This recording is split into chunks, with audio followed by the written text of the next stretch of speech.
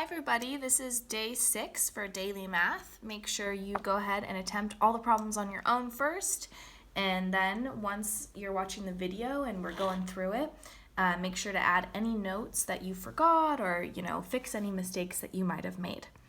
All right, so for this first one, it says, if 1 yard is approximately 0.9144 meters, how many meters are in 7 yards?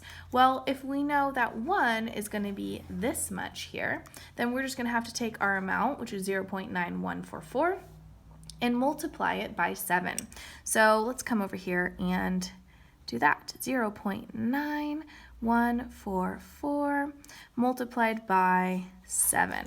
Okay, so as we begin here, we're going to say 7 times 4 is 28. So we're going to do an 8 and carry the 2. 7 times 4 again is 28, but now we've got to add on these 2. So that'll get us to 30.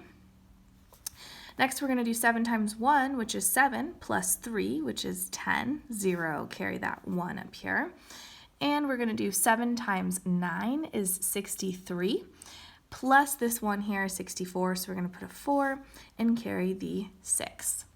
7 times 0 is 0, but we've got the 6 up here, so we've got to add that 6 onto the 0. And now we go ahead and we look at our original problem. In our original problem, how many digits do we have to the right of the decimal? Well, we've got 1, 2, 3, 4 numbers to the right of the decimal point. So we're going to come down here and we're going to go 1, 2, 3, 4, and place our decimal right here. Okay, so our decimal is going to go right here. So our final answer is 6.4008 meters. Okay, we want to make sure we have that meters in there.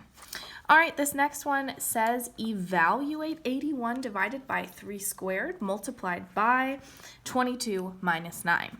So already I see there are lots of different operations in here. So we need to use order of operations, also known as PEMDAS. You'll notice multiplication and division and addition and subtraction are both written next to each other on the same line. For these two, we're going to read from left to right and see what comes first. So if there was a problem with both a subtraction and an addition in it, we would just go from left to right and do whichever one comes first. It's not always addition first. It's not always multiplication first, even though they're written first. Okay? All right, so looking at this, we've got 81 divided by 3 squared multiplied by 22 minus 9. First question is, do we have any parentheses? Because the P stands for parentheses. Yes, we do. So looking at our problem here, we're going to make sure that we follow order of operations, and we're going to be doing this step first, okay? So we're going to do 22 minus 9 first, and that's going to give us 13. Okay, you can keep it in the parentheses, you can remove the parentheses, up to you, but you definitely want to make sure to drop down the rest of your problem, okay? Otherwise, you might accidentally leave something out. Now, looking at it again as a whole new problem, we have parentheses, but there's nothing going on in those parentheses, so we come down here, and we look, and we see we've got exponent, okay? Yeah, we do have an exponent. This is 3 to the second power. Remember, 3 to the second power is 3 times 3, right? 3 times itself. It's not 3 times 2. A lot of people get tricked. So 3 times 3 is 9. So we're going to write our 9, and then we're going to remember to drop down the rest of our problem. Now, here we are in a scenario where we have both division and multiplication in the same line. So what we're going to do is we're going to go from left to right, and we're going to see what happens first. As we're going down the arrow, I notice this division is occurring first, okay? So 81 divided by 9 is 9, and then we drop down our multiplied by 13, okay? When you do 9 times 13, you should, when you solve it all out, oh man, sorry, excuse me. You should, when you solve it all out, get 117. Okay, so that is our final answer here, 117. If you did this problem out of order and you didn't use order of operations or PEMDAS, you might get a different answer, so go back and check your work, please. All right, number 3. Jeremy is making a wooden frame for a picture that his mother painted.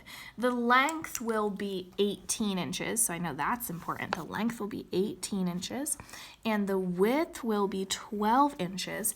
How much wood does Jeremy need to buy to make the frame? Another really important part of this problem is Jeremy is making a frame for a picture. Okay, frame tells me that this is going to be going around the outside, right? So we are doing perimeter in this problem and not area, okay? So that's something to keep in mind. So the length is 18, so I'm going to mark this as 18 inches, and the width is 12, so I'm going to mark this as 12 inches. If this side is 12 over here, then this side is going to be 12 over here, and if this side is 18, this side will be congruent and will also be 18. Congruent just means equal, right? So we want to go ahead and find the perimeter. Well, in order to find the perimeter, I just add up all the sides. So I'm going to do 18 plus 18 plus 12 plus 12. Okay, I should get 24 here, 12 plus 12, and for 18 and 18, I should get 36. Now when I add those up together, I should get 60. Okay, so my perimeter here is 60, but the question is 60 what, right? 60 inches. So I make sure that I include that there. Now, last question is, how many feet is this? Well, I know there are 12 inches in 1 foot. So I'm going to take my 60 inches, and I'm going to go ahead and divide it by 12, okay? Off the top of my head, if I ask myself how many times is 12 go into 60, I should know that it is 5 times, because 5 times 12 is 60, okay?